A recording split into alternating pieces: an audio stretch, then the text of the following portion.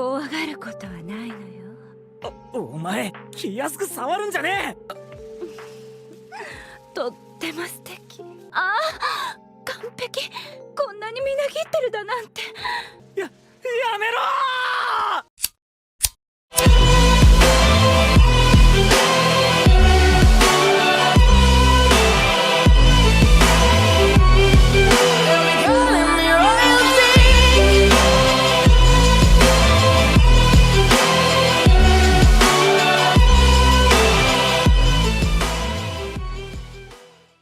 He was a worthless nobody, a college student who spent every night alone until one day.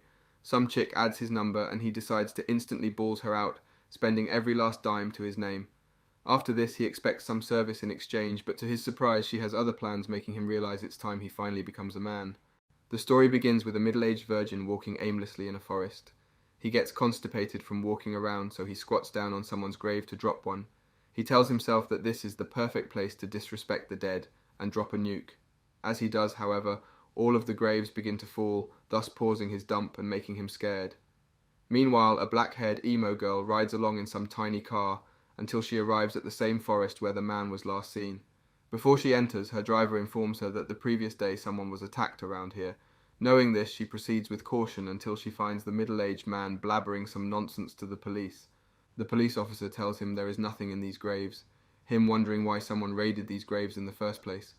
As he talks, another police officer calls him over, revealing a grave of someone named Jung with an empty grave. The main officer realizes if the Jung family is involved, then this isn't some simple matter. He explains that the previous day the Jung family contacted him, so he will call them back. As he talks, the emo girl arrives at the scene claiming to be the Jung family's granddaughter. Once the policeman sees this, he asks his grunt to hurry to the village, still finding the whole situation strange. He then hangs up on the man, leaving him to ride alone in the train. Eventually, this very man arrives at the local town where he looks around for some junk food. He notices how poor this village is, wishing he didn't have to involve himself with such peasants. Some random person then emerges, asking our protagonist Chulan a bunch of questions, including his reason for visiting. Chulan shares that he is taking a break from college, so he is planning on moping around in this dumpy city. After the grunt hears this, he begins asking questions to Chulan, asking why he is acting like a thug. This angers Chulan, so he curses his friend out while trying to rush off. Following this, he heads to the city's office, where some official informs him that his grandfather's grave was dug up. He then learns that the emo girl from before came to visit the grave of their late grandfather. Here, she informed the police officer that the Jung family was on the brink of collapse when their eldest son, Chulan, fled from the family. She tells the policeman that ever since this day, the Jung family has been mischievous, thus the cause why he has never heard about her. Chulan, on the other hand, is skeptical of this all, not knowing that he even had a sister.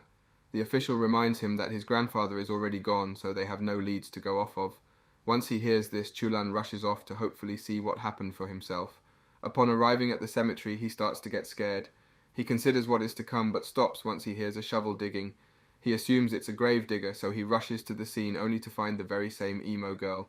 After he sees her, he decides to take some pics for later, but he gets caught in the process. Instead of talking to the girl, he runs for his life, not wanting to be labelled as a creep. Before we continue, let's take a moment to answer the question of the day.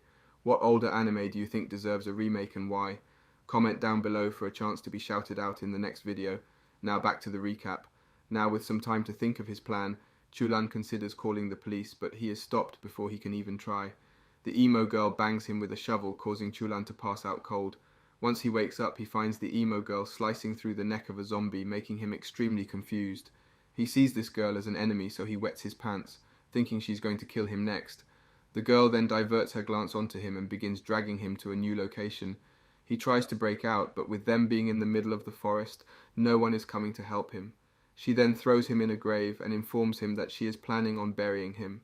Before he dies, Chulan asks her why she dug up her grandfather. This makes her react strangely, so Chulan assumes she must be his long-lost sister. He tells her that he has been looking for her and that he is glad to see her. The girl shows no remorse, however, kicking Chulan back into the grave.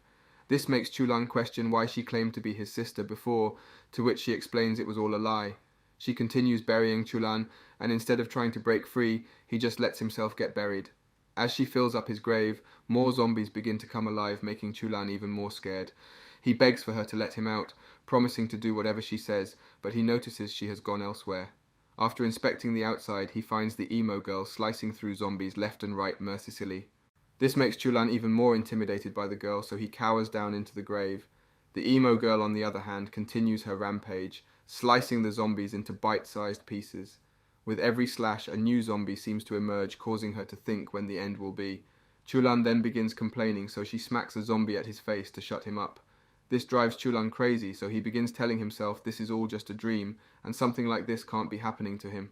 He tries to wake up, but nothing happens, causing the emo girl to call him stupid. She tells him she is tired of killing zombies so he can deal with the rest of them. Now, surrounded by zombies, Chulan screams for his life, wishing he wasn't such a useless man.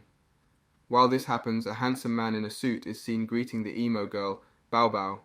He asks how everything went, leading to Bao Bao to explain the situation. She informs him of the zombies, and this leads to him concluding that another family must be involved. She then tells him of Chulan, explaining that he is in the middle of the cemetery surrounded by zombies. This makes the man mad, so he asks her to go save him, but she has other plans. She tells him that Chulan will be fine, which simultaneously causes an explosion nearby. They decide to go inspect what happened, only to find all of the zombies burnt to a crisp. This excites the man, so he writes down Chulan's name to remember him later. During this, a hot pink-haired girl is seen licking her lips while thinking about Chulan. Chulan, on the other hand, attends his first day back to college, where he is seen talking to himself. He begs his dad to give him more allowance money, but is interrupted when Bao Bao enters his class, making him wet his pants yet again. With her not only in his class, but also sitting next to him, Chulan tries to find a moment to spit some game. Eventually, he gets up close to her and asks what she is doing, but she ignores him. She tells him to pay attention in class, so he shuts himself up for the day.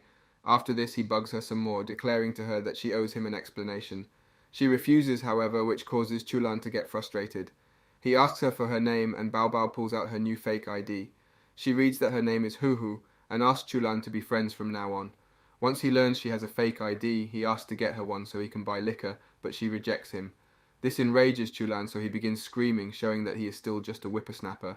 Eventually, she gets tired of his yapping, so she calls her plug, asking if he can make Chulan a fake ID as well.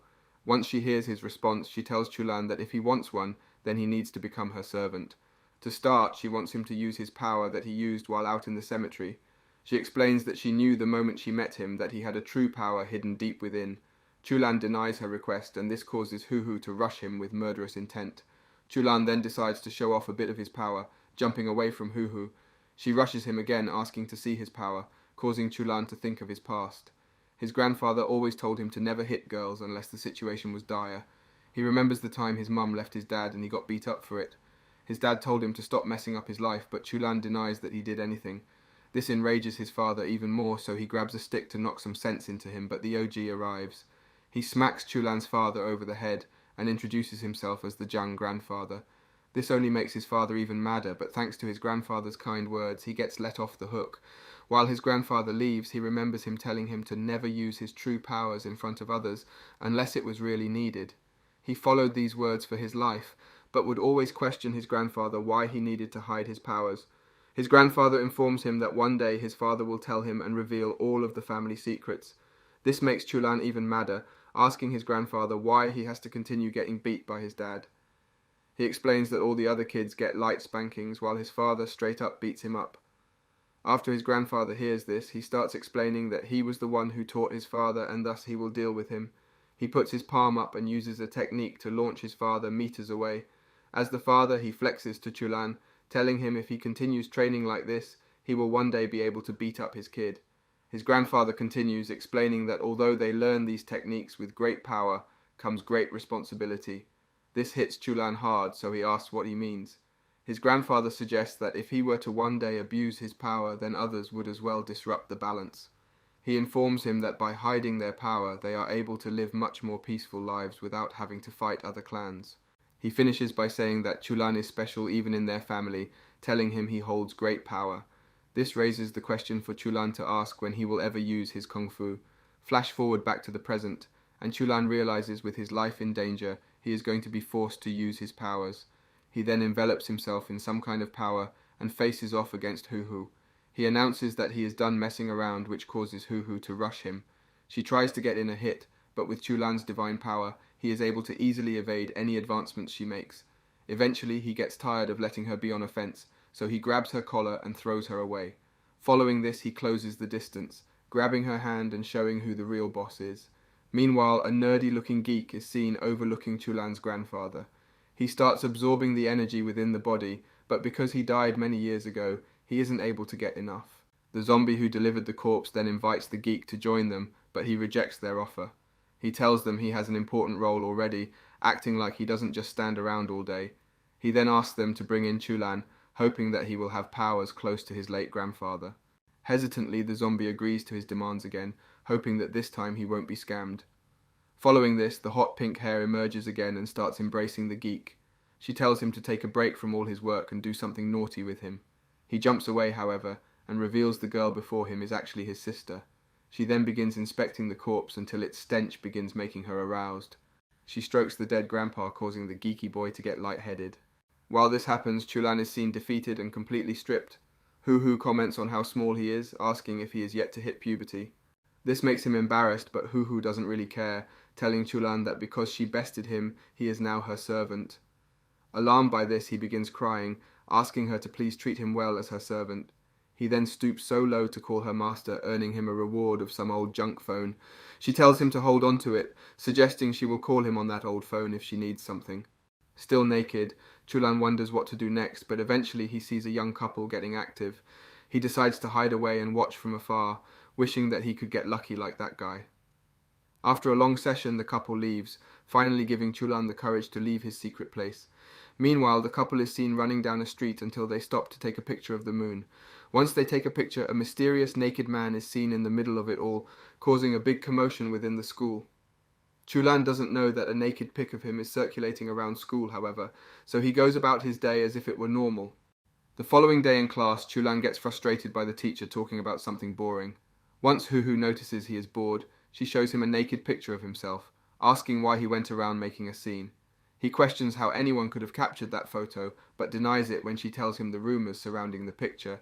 She tells him that the man in the picture is said to be a massive virgin, making him depressed. He lays around in bed that night, not wanting to go out because of this very picture. He wonders if his life is over because of it, but suddenly he gets a text. With him hopefully getting a friend for the first time, he looks to see who it is and finds a hot girl. He thinks it's finally his lucky day, so he starts chatting it up with the girl. She acts friendly with him, making him think that she has the hots for him. He doesn't find this suspicious at all, just thinking it's his time to become a man. Before he leaves, he remembers the time his grandfather shared some wisdom with him. He informed him that whenever he has bad luck, then he is surely going to get just as good luck after it. By using this method, he lives by the rule of karma, telling him if he wants good luck, then he needs to power through his bad luck. This brings Chulan's hopes through the roof, going to bed that night with impulsive thoughts. The next day at school, he finds Hoo informing him that she has something for him to do. He tries to reject her request, informing him that he has a date, but she doesn't care. She tells him she'll call him later that night, but he turns the phone off to meet with the other girl. In his usual get-up, he stands around expecting the best when the girl arrives by his side.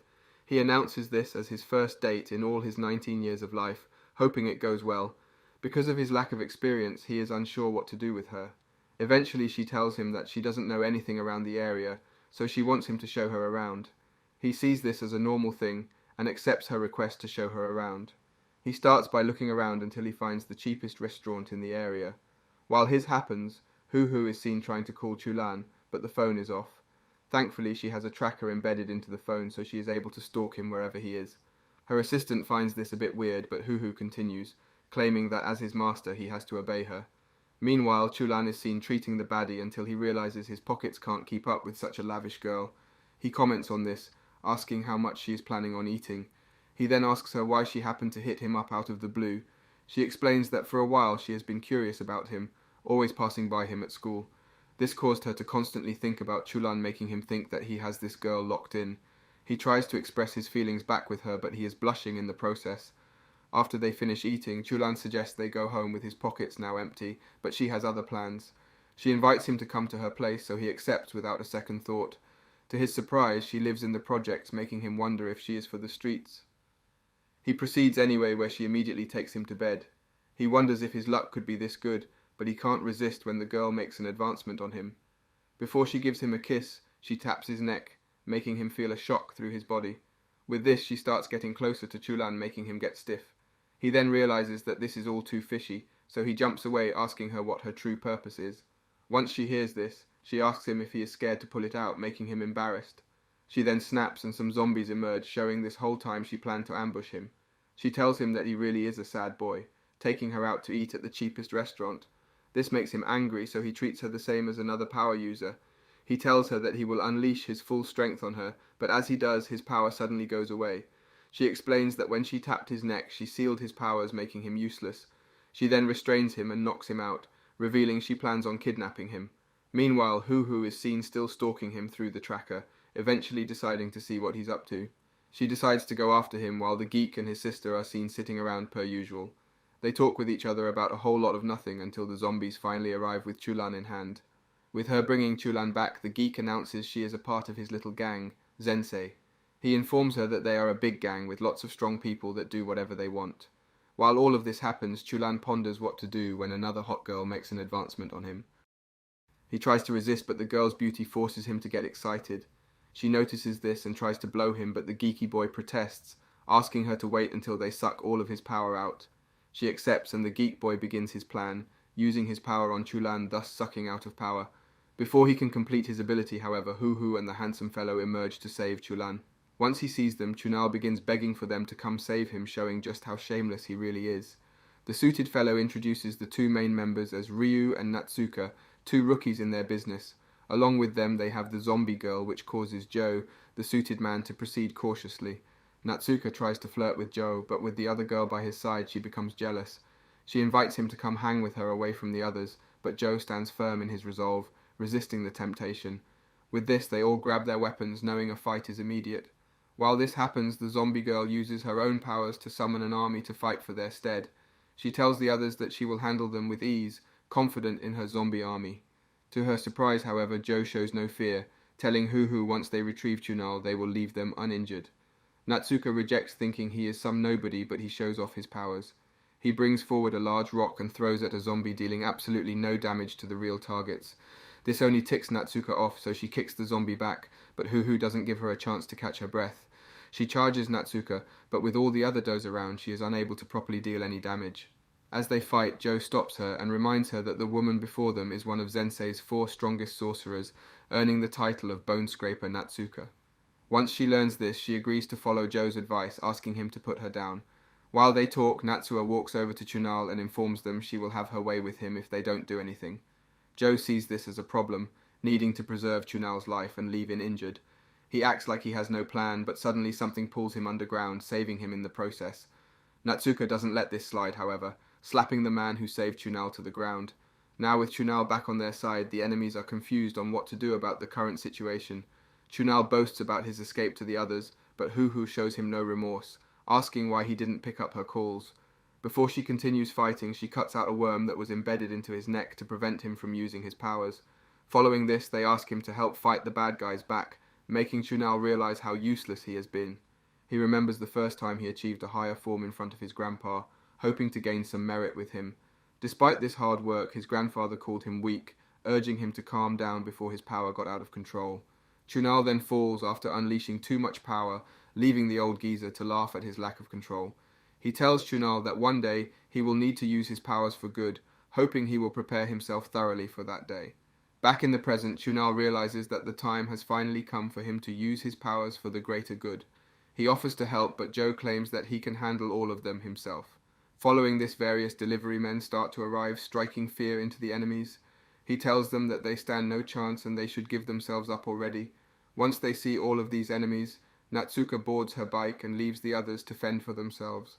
Now, with the threat gone, Chunal is unsure what to do next with him, now knowing the true identities of the others. He tells them that he wanted to help, but his grandfather always told him to hide his powers. He continues by explaining that he is just a useless man that can't be of use to them, considering how bad his luck is. Hoo doesn't falter, however, telling Chunal despite him being a worthless virgin, things will eventually start to look good for him. She tells him that he will never fall in love, so he needs to focus primarily on becoming stronger. She then asks him why he would believe some random girl would call him up out of the blue to hang out, considering how ugly he is. This makes him faint from being roasted too hard, so Joe decides to leave before he gets flamed as well. While this happens, the zombie girl and geek run for their lives, knowing they stand no chance against the company. This company is mysterious, but even someone as weak as him knows of the strengths it holds. As he talks of this, one of the company's men stops their advancements, but he gets overpowered, causing more members to attack.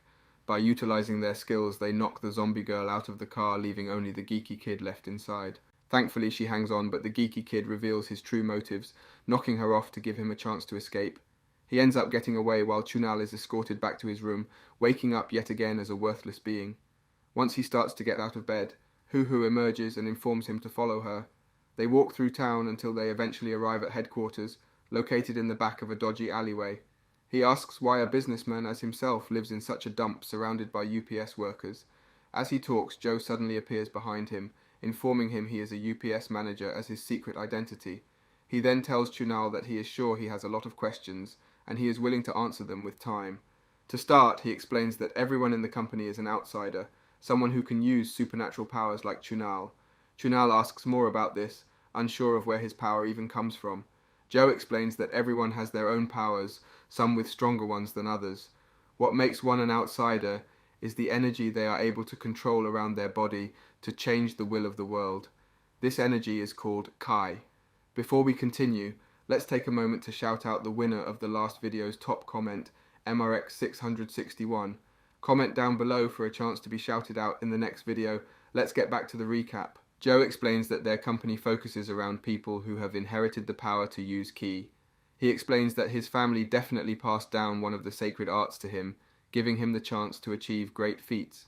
He explains that there are two different types of outsiders in this world, one who inherits their powers, and another who learns to themselves.